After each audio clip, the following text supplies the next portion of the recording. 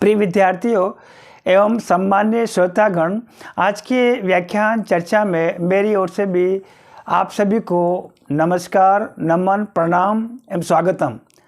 आज के व्याख्यान चर्चा में स्नातकोत्तर पूर्वार्ध रसायन शास्त्र के सेमेस्टर प्रथम के समस्त विद्यार्थियों का आज के व्याख्यान चर्चा में सुस्वागतम, हार्दिक अभिनंदन।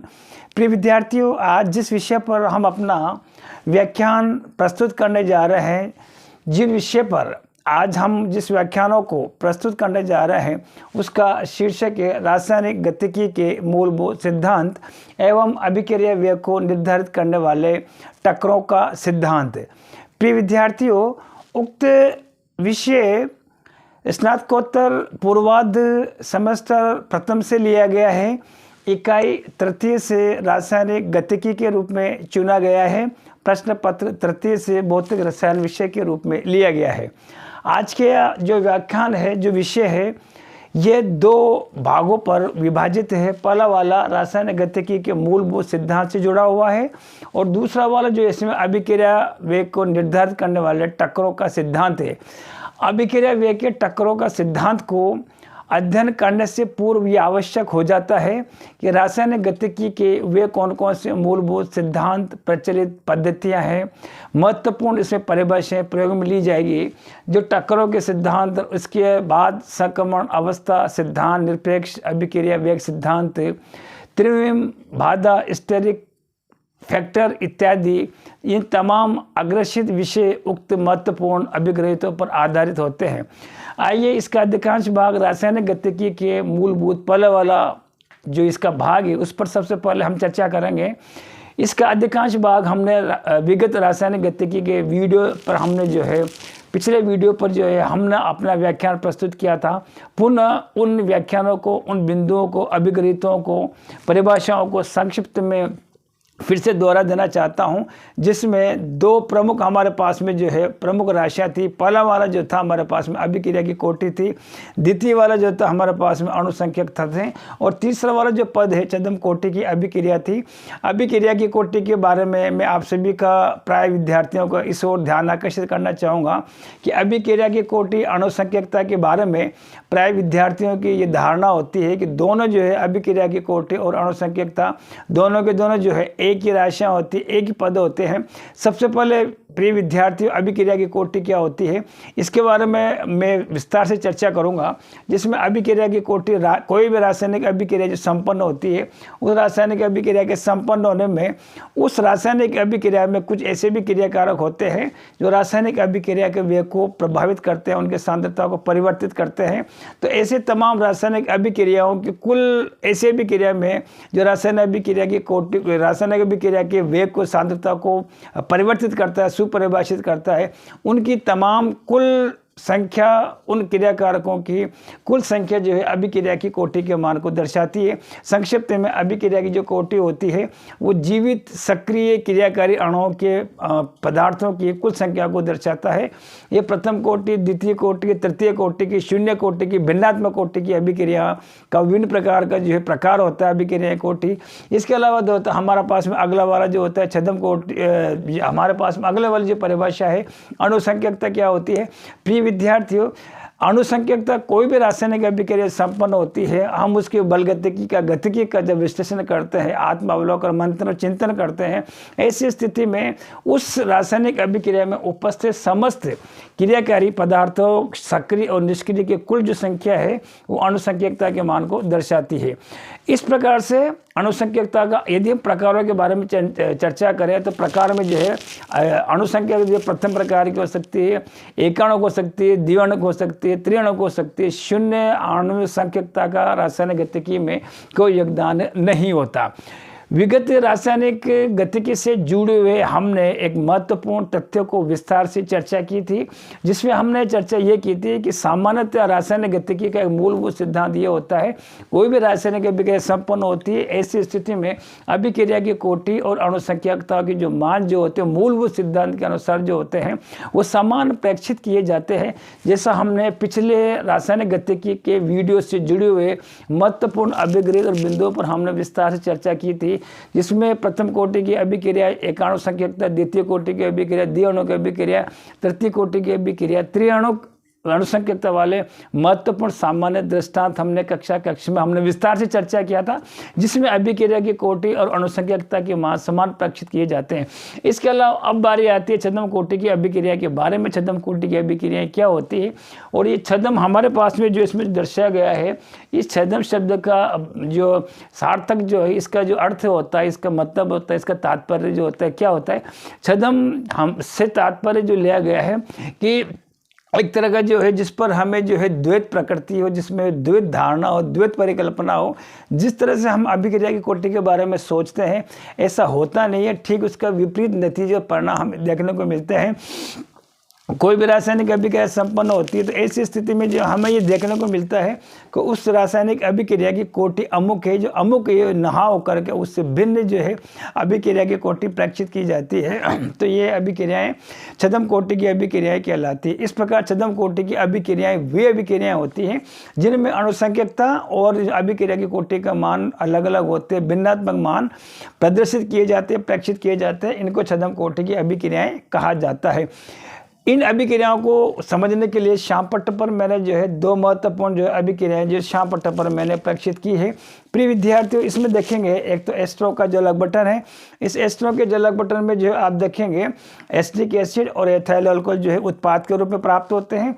दूसरी वाली जो अभिक्रिया हमारे पास में शर्करा का जो प्रतिपन है, इसके शर्करा का प्रतिपन होने पर हमें ग्लूकोज और फ्रक्टोज का निर्माण होता है। अभिक्रिया की कोटि और अणुसंख्यकता का मान छद्म कोटि में अलग अलग क्यों होते हैं, इसके दो प्रमुख कारक उत्तरदायी होते हैं। पहला वाला जो कारक होता है एक क्रियाकार की सांद्रता, उस रासायनिक अभिक्रिया में ऐसी होती है जिसकी सांद्रता अत्यधिक होती है, अधिक होती है। ऐसी स्थिति में उसकी अधिक सांद्रता में परिवर्तन उसको जो है रासायनिक गतिकी के रूप में प्रेक्षित नहीं किया जा सकता, या अन्य शब्द हम यूँ कह सकते हैं उस क्रियाकारक की जो है अधिक सांद्रता जो रासायनिक अभिक्रिया के को प्रभावित नहीं कर पाती, परिवर्तित नहीं कर पाती, तब्दीली नहीं कर पाती। ऐसी स्थिति में उस अणु का जो अस्तित्व होता है वह निष्क्रिय होता है। इसके ठीक विपरीत एक ऐसा भी क्रियाकारक उपस्थित होता है जिसमें उसकी क्रियाकारक की कम सांद्रता रासायनिक अभिक्रिया के वेग को परिवर्तित करती है, परिभाषित करती है। ऐसी स्थिति में रासायनिक अभिक्रिया का वेग उप क्रियाकारकों की कुल कितनी संख्या है उन पर जो है उस क्रियाकारक की संख्या पर हम काउंट करके उसको युग्मित करके जोड़ करके उस अभिक्रिया की कोटि का मान हम जो है निर्धारित करते हैं। जैसे एस्ट्रो का जलक बटन है, एस्ट्रो के जलक बटन में आप देखेंगे एथिल एसीटेट की न्यून सांद्रता रासायनिक अभिक्रिया के वेग को जो है परिवर्तित करती है, निश्चित करती है, सुपरिभाषित करती है। ऐसी स्थिति में प्रथम एस्ट्रो के जलक बटन में आप देखेंगे रासायनिक अभिक्रिया की कोटि जो है छद्म होती 1 होगी, जबकि यहाँ पर जो अणुओं की संख्या 2 है। पहला वाला अणु जो है H2 है और दूसरा वाला क्रियाकारी जो है हमारे पास में एथिल एसीटेट है। तो इस प्रकार से ये द्विअणु का अभिक्रिया है और इस अभिक्रिया में आप देखेंगे अणुसंख्यकता का मान 2 और अभिक्रिया की कोटि का मान 1 प्रक्षित किया जाता है। इसी के साथ साथ शर्करा का प्रतिपल लेंगे, वही गतिकी जो प्रक्रिया है वो संपन्न होगी, वह गतिकी का सिद्धांत इसमें लागू होगा। ऐसी स्थिति में आप देखेंगे जल की वही अधिक मात्रा रासायनिक अभिक्रिया के वेग को परिवर्तित नहीं कर पाएगी और यहाँ पर देखेंगे सुक्रोज की कम सांद्रता जो है रासायनिक अभिक्रिया के वेग को परिवर्तित करती है। और इस प्रकार से द्वितीय अभिक्रिया में भी रासायनिक अभिक्रिया की जो कोटि होगी वो छद्म प्रथम कोटि की होगी, जबकि अणुसंख्यकता का मान जो है 2 होगा। इस प्रकार से पहली और दूसरी क्रम से इन अभिक्रियाओं में जल की अधिक मात्रा रासायनिक अभिक्रिया के वेग को प्रभावित परिवर्तित नहीं कर पाती, जबकि यहाँ पर जो है H2 जो है अधिक मात्रा में उपस्थित होने के कारण दूसरी ओर जबकि हम यहाँ पर देखेंगे एथिल एसीटेट और शर्करा की जो न्यून सांद्रता है वो रासायनिक अभिक्रिया के वेग को सुपरिभाषित करती है। अतः समीकरण नंबर 1 में एथिल एसीटेट की सांद्रता के संदर्भ में और दूसरा शर्करा की सांद्रता के संदर्भ में अभिक्रिया की कोटि 1 प्रक्षित की जाती है। इस प्रकार दोनों अभिक्रियाएं जो है अणुसंख्यकता की जो है द्विअणु की अभिक्रिया अणुसंख्यकता का मान 2 है, अभिक्रिया की कोटि का मान 1 होता है। आइए कुछ ऐसी भी जटिल अभिक्रियाएं हम उनका अभिक्रिया कोटि का मान, जिनको एक तरह से छद्म कोटि की अभिक्रियाओं में हम उसमें जो वर्गीकृत कर सकते हैं। जैसा हमें अपेक्षित होता है कि इस अभिक्रिया की कोटि जो है ये होगी, लेकिन वो ना होकर के उसमें अभिक्रिया की कोटि भिन्नात्मक रूप से भिन्न तरीके से परीक्षित की जाती है। तो छद्म कोटि की अभिक्रिया के लिए पहला वाला जो क्रिया कारक था कि एक क्रिया कारक की सांद्रता अधिक है, उसकी वजह से अभिक्रिया की कोटि और अणुसंकेतता का मान जो है भिन्नात्मक परीक्षित किए जाते हैं। दूसरा जो कारक है छद्म कोटि की अभिक्रियाओं का, जिसमें अभिक्रिया की कोटि और अणुसंकेतता के मान जो होते हैं अलग अलग होते हैं, वो क्रिया विधि से जुड़ा हुआ होता है। आप देखेंगे पहला वाला एक महत्वपूर्ण विभिन्न प्रकार के नेट जीआरएफ विभिन्न प्रकार की प्रतियोगी परीक्षाओं में ये पूछा जाता है कि बताइए नाइट्रोजन पेंटाऑक्साइड की इस विक्टर में अभिक्रिया की कोटि क्या होती है, अणुसंकेतता का मान क्या होता है।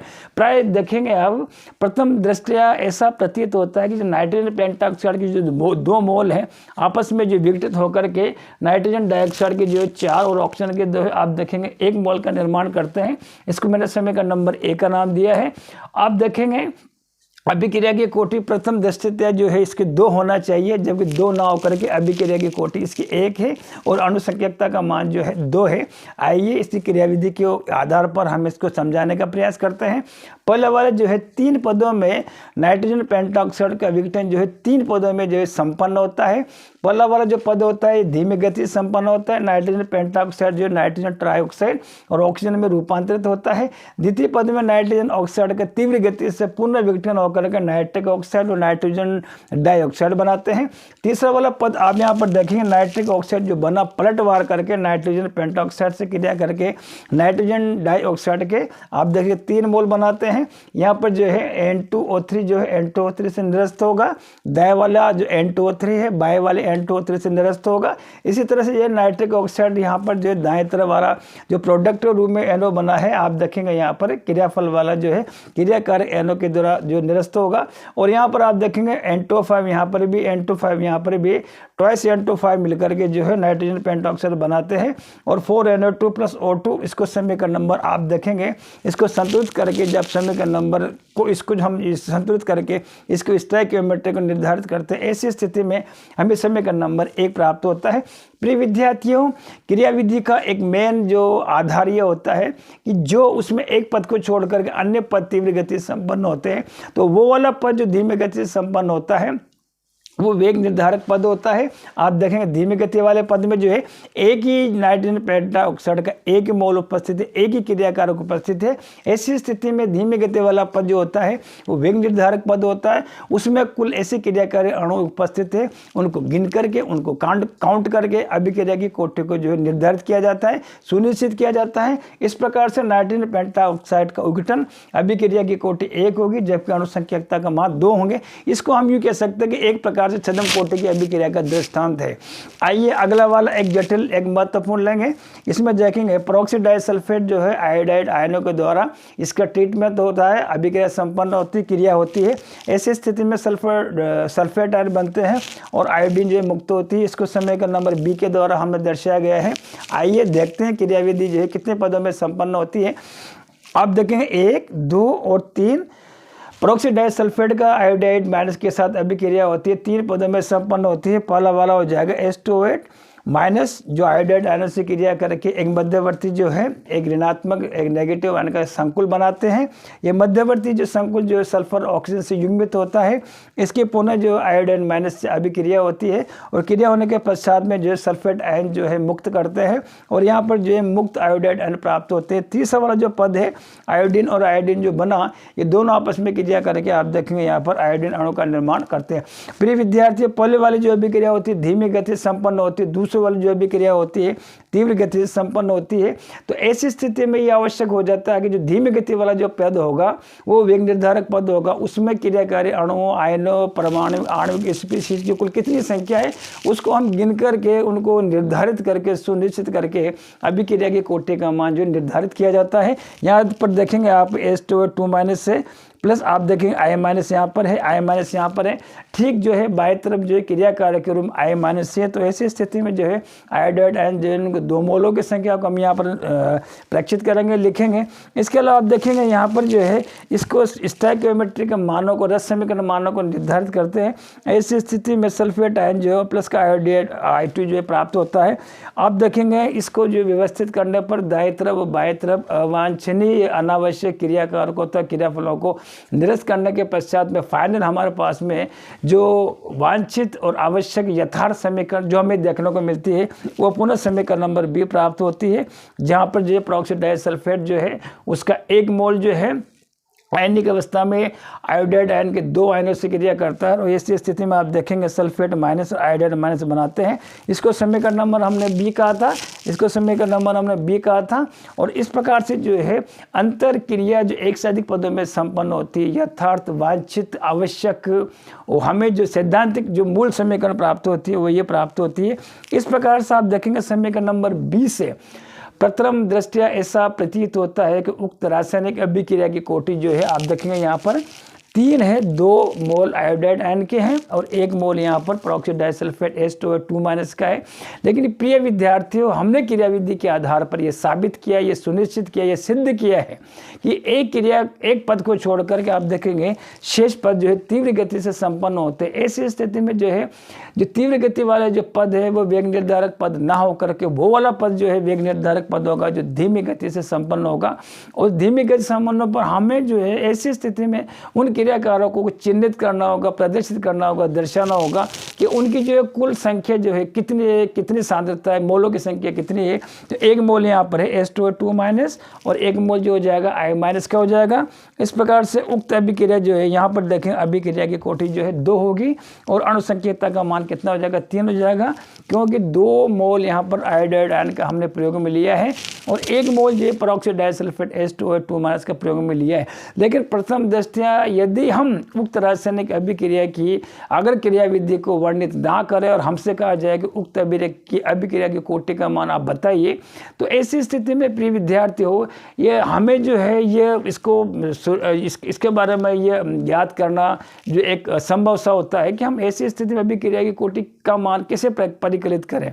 यद्यपि मूलभूत सिद्धांत वही है कि अभिक्रिया की कोटि अणुसंख्यकता के मान जो रासायनिक अभिक्रिया में क्या होते हैं, समान होते हैं। लेकिन 2 एक ऐसे क्रिया कारक है जिसमें अभिक्रिया की कोटि और अणुसंख्यकता के मान जो होते हैं वो एक तो पहला वाला क्रिया कारक जो होता है उसकी सांद्रता अधिक होती है, तो उसके आधार पर अभिक्रिया की कोटि छदम होती है। और दूसरा वाला जो है क्रियाविधि होती है, उस क्रियाविधि में आप देखेंगे कि एक क्रिया कारक को या एक क्रियाविधि को या एक पद को छोड़ करके शेष पद तीव्र गति से संपन्न होते हैं।